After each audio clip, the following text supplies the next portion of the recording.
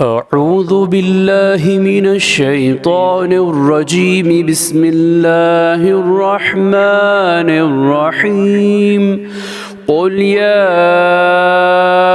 أيها الناس إن كنتم في شك من ديني فلا أعبد الذين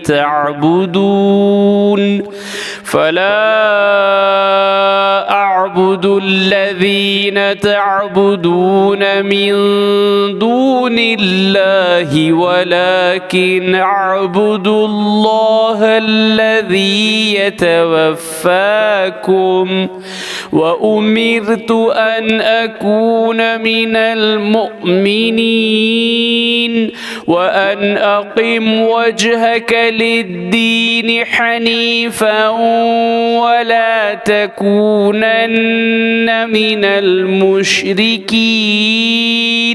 सूरह यूनुस आयत नंबर 104 और 105। ऐ पैगंबर इनसे कह दो कि ए लोगों, अगर तुमको मेरे दीन के बारे में किसी तरह का शक हो तो सुन लो कि तुम अल्लाह के सिवा जिनकी परस्तिश करते हो मैं इनकी इबादत नहीं करता। मैं तो इस अल्लाह की इबादत करता हूँ जो तुम्हारी रूहें कब्ज़ करता है, और मुझको यही हुक्म हुआ है कि ईमान वालों के ज़ुमरे में रहूं।